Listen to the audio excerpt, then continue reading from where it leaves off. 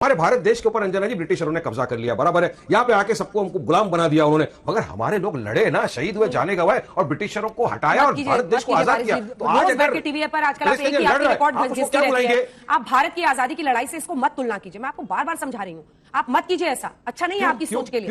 मेरे सवाल का तो आपके पास जवाब नहीं है। क्या चाहता है फिलिस्तीन वहां पर? मेरे सवाल का तो आप, लेकिन भारत ने जाके किसी देश में 1000 लोगों को दिनों दिन मार नहीं दिया, आतंकी हमला नहीं किया। जरा सा तो सोचिए क्या बोल रहे हैं आप।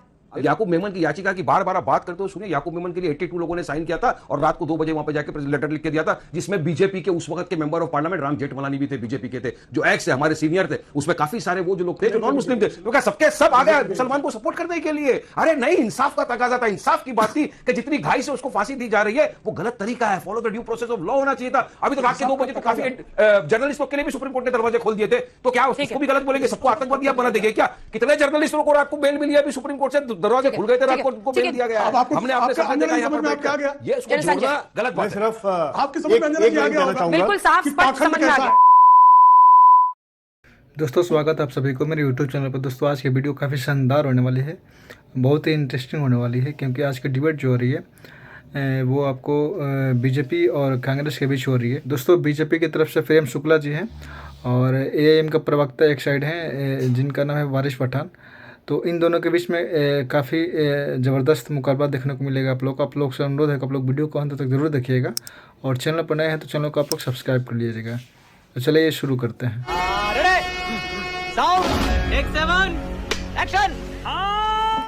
जितने मुल्क देश, जितने भी आसपास इसराइल के, गाजा के आसपास जितने ये देश हैं, सारे मुस्लिम देश हैं। जॉर्डन हो, सीरिया हो, लेबनान हो, बिल्कुल नीचे इजिप्ट, ये तमाम देश, कोई भी फिलिस्तीनियों को जगह क्यों नहीं दे रहा? अगर इतनी चिंता है इन देशों को कि उकसाएंगे कि लड़ो, हथियार बनाओ, शेल्टर्स मत बनाओ। कहता है हमास का आतंकी कि हम सिर्फ हथियार बनाएंगे, शेल्टर नहीं बनाएंगे, शेल्टर बनाने का काम UN का है। तो फिर कोई भी ये देश क्यों नहीं उनको पनाह दे रहा है, बताइए। नहीं, कोई अपने घर में घुस जाएगा और बोलेगा तुम यहां से निकल जाओ और वारिस पठान तुमको अपने घर में रख देगा, ये चलेगा? ये दादागिरी होती है? नहीं होती। आप नहीं रखिएगा। जबरन किसी घर में घुसना होता नहीं। अभी ईस्ट यूरोपियन कंट्री से, ईस्ट यूरोपियन कंट्री से कुछ लोग आए, ज्यूस कहां है वो लोग? इजराइल के अंदर। उनको अगर आप बोल देंगे कि आप वहां से क्यों चलिए ईस्ट यूरोपियन कंट्री, इनको वापस ले लो, लेगा क्या ईस्ट यूरोपियन कंट्री? अरे जगह की लड़ाई है अंजना जी, इस आस्था की लड़ाई। भारत देश भी तो था ना हमारा, हमारे भारत देश के ऊपर अंजना जी ब्रिटिशरों ने कब्जा कर लिया, बराबर है। यहाँ पे आके सबको हमको गुलाम बना दिया उन्होंने, मगर हमारे लोग लड़े ना, शहीद हुए, जाने गवाए और ब्रिटिशरों को हटाया और भारत देश को आजाद किया। तो आज अगर टीवी पर आजकल आप एक ही आपकी रिकॉर्ड घिसती रहती है। आप भारत की आजादी की लड़ाई से इसको मत तुलना कीजिए, मैं आपको बार बार समझा रही हूँ, आप मत कीजिए ऐसा, अच्छा नहीं है आपकी सोच के लिए। मेरे सवाल का तो आपके पास जवाब नहीं है। क्यों लड़ रहा है? क्या चाहता है फिलिस्तीन वहां पर? मेरे सवाल का तो आप, लेकिन भारत ने जाके किसी देश में 1000 लोगों को दिनों दिन मार नहीं दिया, आतंकी हमला नहीं किया। जरा सा तो सोचिए क्या बोल रहे हैं आप। आजादी की लड़ाई में तो भारत ने तो अपनी जाने गंवाई, आजादी का आंदोलन कैसे लिखा, कैसे किया, अगर नहीं पता तो मैं आपको किताब भेज देती हूँ। अगर महात्मा गांधी नाम के व्यक्ति के बारे में आप जानते हो, अरे मैं आपको बताऊंगा किस तरह से आजादी हुए और उसमें मैक्सिमम हमारे लोग थे। मुझे आप एक सिंपल सवाल का जवाब दीजिए अंजना जी, इजराइल के साथ क्यों खड़े हो आप? इजराइल के साथ क्यों खड़े हो? चलिए बताइए मेरे को। आप पैलेस्टाइन के साथ क्यों नहीं खड़े हो? आप इजराइल के साथ क्यों खड़े हो? चलिए बताइए मुझे, क्या इसराइल से फायदा है आपको? मैं बताता हूँ आपको फायदा है क्या इसराइल से। जरा सवाल किया, जवाब सुन लीजिए। जवाब बहुत कड़वा है, लेकिन आपको बुरा लगे मुझे परवाह नहीं, मैं आपको माफी मांग लूंगा। ऐसी नौबत ना आए कि आप हमास जिस तरह से आतंकी हमले कर रहे हैं भारत की आजादी से जोड़े, क्या कर रहे हैं? प्लीज एक सेकंड मेरा सवाल सुनिए। सुनिए अंजना जी, सुनिए अंजना जी, 10 सेकंड मेरा सवाल सुनिए। मेरा सवाल यह है कि मान लीजिए आप ये कहते हैं कि ये जमीन की लड़ाई है, इसलिए ये तमाम देश दरवाजे नहीं खोल रहे हैं, लेकिन फिर आप कहते हैं कि धर्म की लड़ाई है। अब धर्म की लड़ाई में क्या सबको मानवीय तरीके से, अगर इस तरह की जंग की नौबत आ गई है तो रास्ता नहीं खोलना चाहिए? क्या ये सवाल नहीं उठता है कि आप धर्म के आधार पर उकसाने को तो आ जाते हैं, आप जुम्मे की नमाज के बाद शुरू हो जाते हैं उकसाना, लेकिन जब बात आती है फिलिस्तीनियों को मदद करने की तब आपके दरवाजे बंद हो जाते हैं। क्या ये गलत नहीं है? क्या यहां पर धर्म नहीं आता है बीच में? दरवाजा नहीं कहता है कि खोलो दिल का।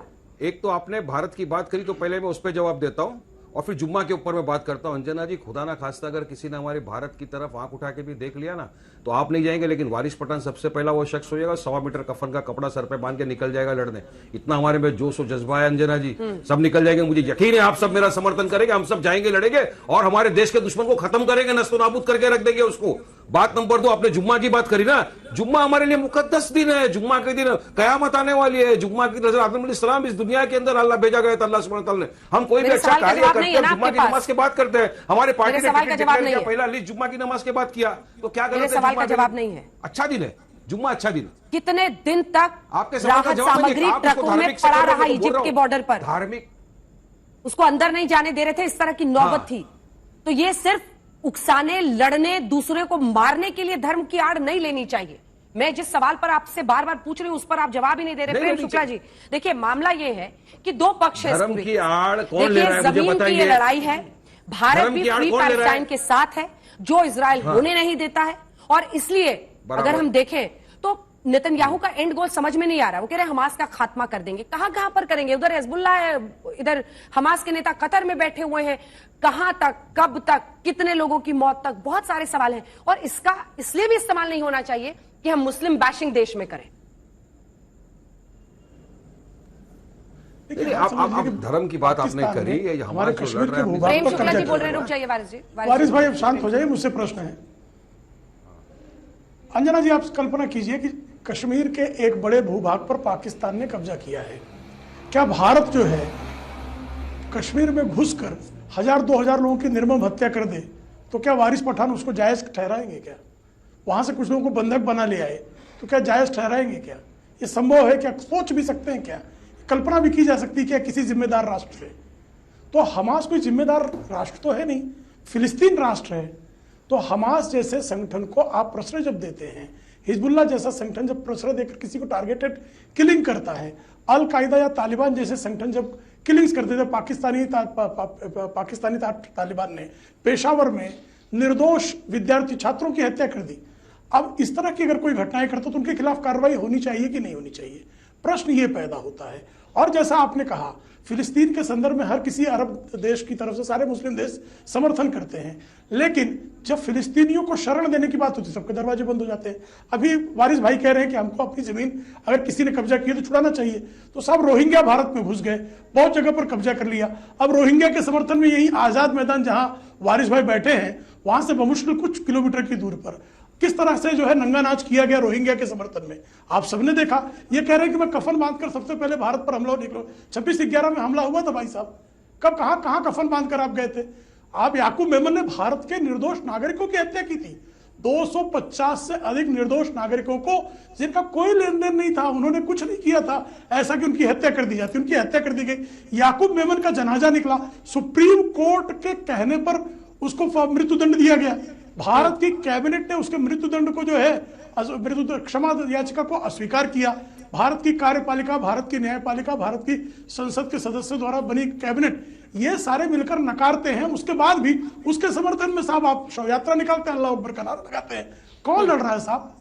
आप जो है फिलिस्तीन में याकूब मेमन पर मुस्लिम कार्ड खेलने वाले ओवैसी साहब की पार्टी के प्रवक्ता जी, यही पक्ष पर जवाब दीजिए।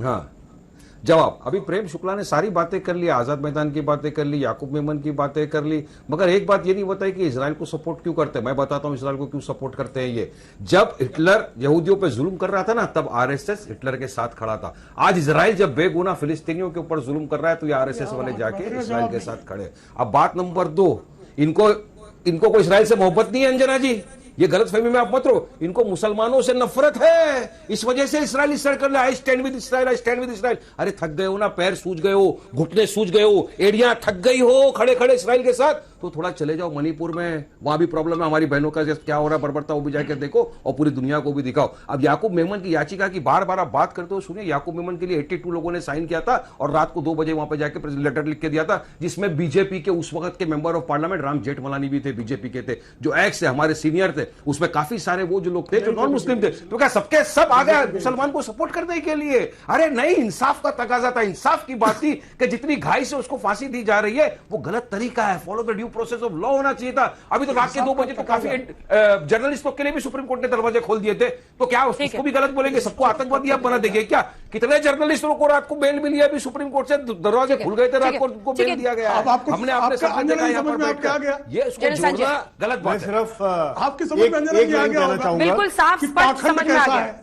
जनरल संजय जी मैं सिर्फ एक लाइन कहना चाहूंगा। वारिस साहब आपको कुछ कह रहे हो? मैं पैलेस्टीन के साथ हूं, सरकार पैलेस्टीन के साथ है, दुनिया पैलेस्टीन के साथ है। क्या आप पैलेस्टीन के साथ हैं? मैं हमास के अगेंस्ट हूं, दुनिया हमास के अगेंस्ट है। सवाल यह कि क्या आप हमास के अगेंस्ट है? ये बड़ा सवाल है, इसका जवाब दे दीजिए। वारिस जी, मैं पैलेस्टीन के साथ खड़ा था, खड़ा हूं, खड़ा रहूंगा। मैं वायलेंस का कंडेमनेशन करता हूं, फिर चाहे हमास ने किया हो या इजराइल के आईडीएफ ने किया हो, मैं उनका विरोध करता हूं। और हिंदुस्तान ने अब तक हमास को आतंकवादी घोषित क्यों नहीं किया, मैं सवाल करता हूं। यूनाइटेड नेशन ने अब तक हमास को घोषित क्यों नहीं किया, इंटरनेशनल टेररिस्ट ऑर्गेनाइजेशन, ये सवाल पैदा होता है। नहीं कर सकते क्योंकि हमास 55,000 वोट लेकर जीता हुआ इलेक्टेड बॉडी है वहां पर। ये अलग बात है 2007 के बाद में वहां पर चुनाव नहीं हुए, मगर आप इस तरह तो तालिबान को भी आपने घोषित कर दिया था ना आतंकवादी। उसके बाद में अभी 200 करोड़ रुपए का पैकेज भेजा आपने और ट्रेड डील चालू कर दिए। तो आपका ये हिपोक्रेसी कैसा कर चलेगा, कैसा चलेगा? आप एक तरफ तो आतंकवादी बोलते हो, दूसरी बाजू में चलेगा ये आपस में होती रहेंगी कि Hamas and all Palestine, Hamas आतंकी है, क्लियर कट। और मैं थोड़ा पीछे जाना चाहता हूं सर, विद योर परमिशन। जो इस समय माहौल दिख रहा है और खास करके जो हिजबुल्लाह नसरुल्लाह ने कहा है अभी 2 दिन पहले, इनकी स्ट्रैटेजी ये है कि मिलिटेंट अटैक्स शुरू करो इजराइल के खिलाफ और इजराइल रिटेलिएट करेगा। अब जब इजराइल रिटेलिएट करेगा तो सिविलियंस की डेथ होगी। तो ये जितनी ज्यादा हो सिविलियन डेथ्स को इंस्टिगेट करना चाहते हैं, क्योंकि फिर पब्लिक ओपिनियन दुनिया का इजराइल के खिलाफ जा रहा है। और नसरुल्लाह की स्पीच में बाय द वे फ्राइडे को उसने क्लियर कट ये कहा कि दुनिया का जो वर्ल्ड मीडिया है उसका ओपिनियन बदल रहा है अब, और हमें भी अब ऐसा करना चाहिए कि दुनिया का पब्लिक ओपिनियन इजराइल के खिलाफ जाता जाए सिविलियन कैजुअलिटीज को लेकर। अरब चैनल्स को दोस्तों आई होप कि आप लोगों को वीडियो काफ़ी अच्छा लगा होगा। आप लोग कमेंट करके अपने प्रतिक्रिया जरूर दें। चैनल पर नए हैं तो आप लोग चैनल को सब्सक्राइब कर लें और वीडियो को लाइक करना ना भूलें।